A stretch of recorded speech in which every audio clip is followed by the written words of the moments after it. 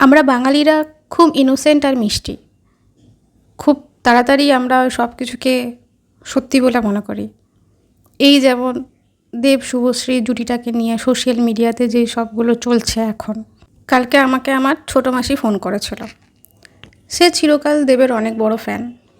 তার WhatsApp, Facebook সব জায়গায় দেবের ছবি দেওয়া আছে, কিন্তু তার শুভশ্রীকে পছন্দ নয়। আমাকে বলছে, কি এরা এত গলায় গলায় হচ্ছে, শুভশ্রীর তো বিয়ে হয়ে গেছে, তাহলে এত স্টেজে উঠে নাচানাচির কী আছে। আমি ওকে বোঝাবার চেষ্টা করলাম, দেখ এগুলো মুভি প্রমোশনের জন্য করছে, বাট ও তো দেবের এসি, ফ্যান, কুলার যাই হোক না কেন বোঝার চেষ্টা করছেই না কিছুতেই। ভাই ওরা টাকার জন্য করছে এসব, টাকার জন্য একসাথে স্টেজে নাচছে। ওদেরও তো ঘর সংসার আছে বল, ওদের তো সেই সংসারটাকে চালাতে হবে কিছু একটা করে, তো এটাই করে চালাচ্ছে। এটা বলতে আরও ক্ষেপে গেল আমার ওপর, ফোনটা কেটে দিল।